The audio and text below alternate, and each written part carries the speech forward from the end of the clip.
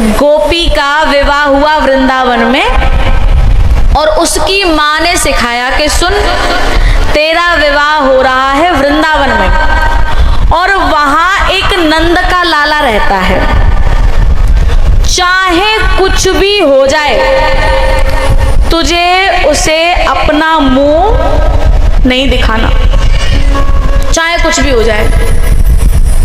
समझा दिया।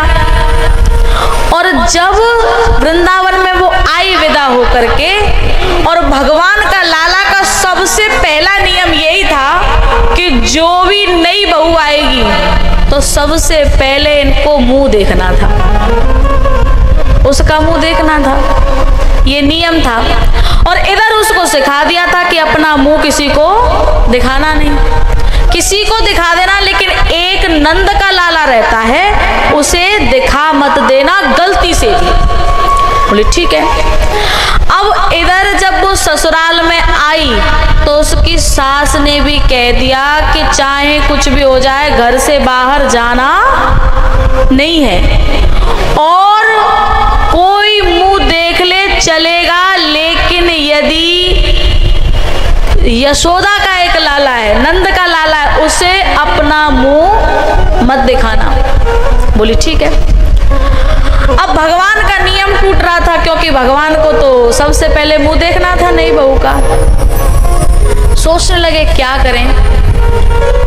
तो वृंदावन में दूर दूर से पानी भरने के लिए जाती, तो उसकी सास कहीं जाने नहीं देती, खुद ही पानी भरने जाती कुएं पे से। तो एक दिन कुएं पे से पानी भर करके आ रही थी, और भगवान की माया से भगवान ने अपनी ऐसी दृष्टि फेरी कि वो जैसे ही अपने सीढ़ी पर चढ़ रही थी, पैर फिसला और गिर गई, और उसकी कमर टूट गई। अब घर में बिस्तर पे पड़ी है। तो उस गोपी ने कहा कि माताजी आप कहें तो मैं कुएं से पानी भर लाऊं। तो अब मरता क्या नहीं करता।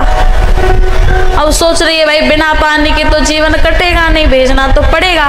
लेकिन उससे कहा कि सुन, पानी भरने तो जा रही है, लेकिन सीधी गैल जाना और सीधी गैल आना, नंद के लाला को अपना मुंह मत दिखा देना। अब जा रही है, और इधर भगवान ने अपने सभी सखाओं से कह दिया अलर्ट हो जाओ, सब लोग खड़े हो जाओ, और जैसी आए तो हमें बता देना। जैसे ही वो गोपी पानी भरने के लिए आई तो भगवान घूम करके उस कुएं के पास आकर के और उस गोपी का घूंघट उठा करके कहते हैं गोपी राम राम। और इतना कह करके भगवान तो वहां से भाग गए। लेकिन अब उस गोपी की आंखें मिल गई, किससे? भगवान से। और एक बार आंखें मिल जाए भगवान से तो फिर संसार भाता नहीं है। अब वो सखी कहती है सखीरी बाके बिहारी से हमारी लड़ गई अखियां।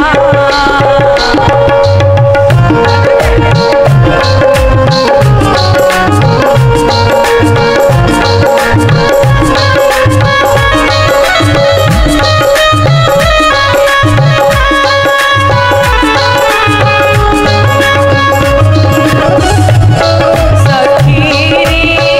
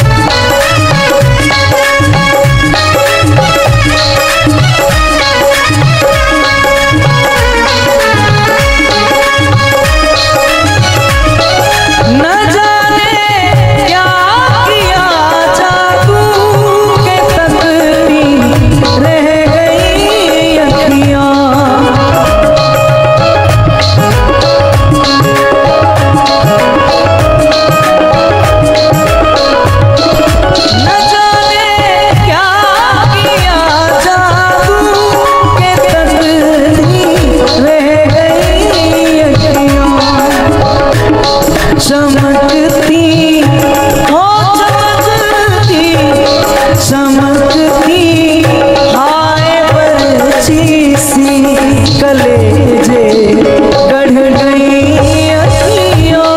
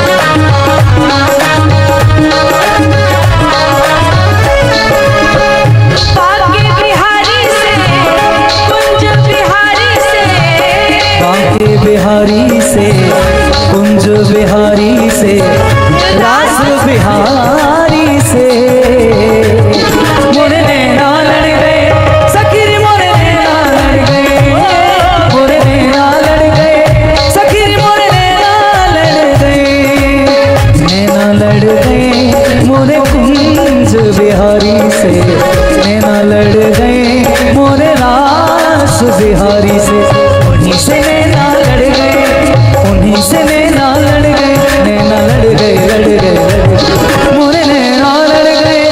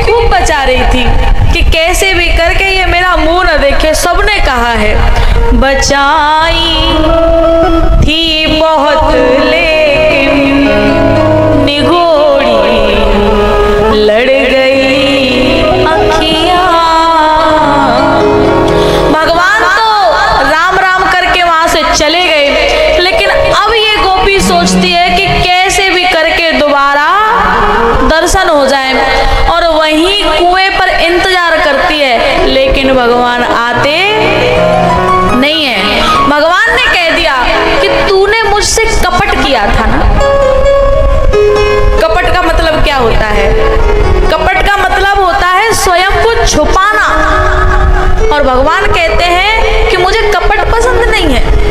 मोहि कपट छल छिद्र ना भावा, और तूने मुझसे कपट किया था ना, तूने अपना चेहरा मुझे नहीं दिखाया ना, जा तू मेरा चेहरा और मुझे देखने के लिए तरस जाएगी। फिर वही गोपी उसी कुएं पर इंतजार करते करते करते भूखी प्यासी, और उसने अपने प्राणों का त्याग कर दिया। फिर वही गोपी अगले जन्म में मीरा बनी, और अब इस जन्म में भी वो भगवान का इंतजार करती है। पूरा जीवन बिता दिया, पूजा करती है, पाठ करती है, भगवान का गायन करती है, संतों में बैठती है, जाती है, आती है, भजन करती है, सत्संग करती है, पर भगवान आते नहीं है। किसी ने कहा कि अरे मीरा, वैसे तो हमने सुना है कि जो तू चाले एक पग मैं चालू पग 60, और जो तू कर रो काट सो मैं लोहे की लाट। हमने तो सुना है कि जो भगवान की तरफ एक कदम चलता है, भगवान उसकी तरफ 60 कदम चलता है। और तू इतना भजन करती है, इतना कीर्तन करती है, इतना सत्संग करती है, उसके बाद भी वो तुझे अपना चेहरा दिखाने नहीं आता। कैसा भगवान है तेरा, कैसा ठाकुर है तेरा? तब मीरा ने कहा, अरे पागल, अरे सखी, सच बात तो ये है कि वो तो मुझे सच में अपना चेहरा दिखाने आया था, वो तो मेरा चेहरा देखने आया था। वो ब्रह्म जो तीनों लोकों का मालिक है, जो तीनों लोकों का स्वामी है, वो मेरा चेहरा देखने आया था। चेहरा तो मैंने अपना नहीं दिखाया। एक दिना की बात सखी, अरे सखी, एक दिन की बात है, एक दिना की बात सखी, वो श्याम लला मेरे घर आया। एक दिना की बात सखी, वो श्याम लला मेरे घर आया।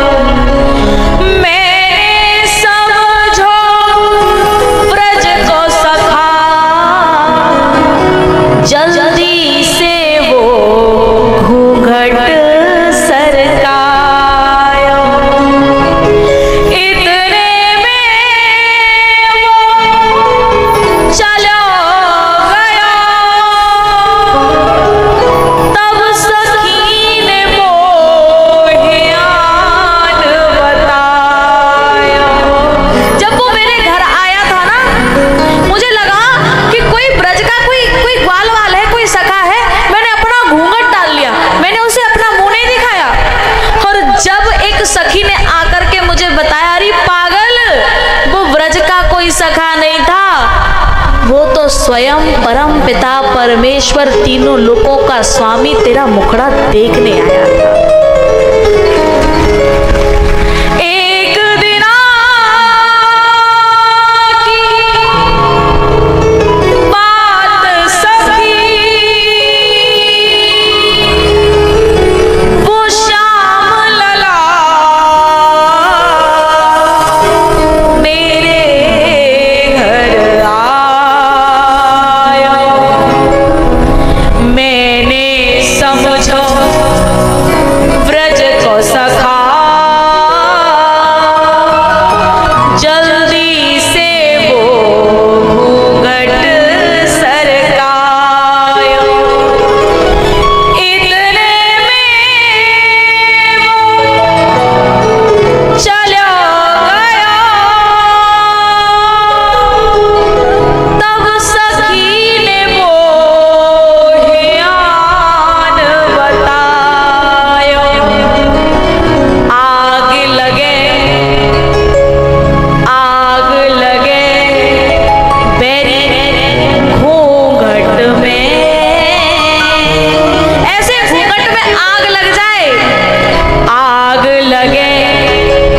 बैरी घूंघट में अखियां भर श्याम मैंने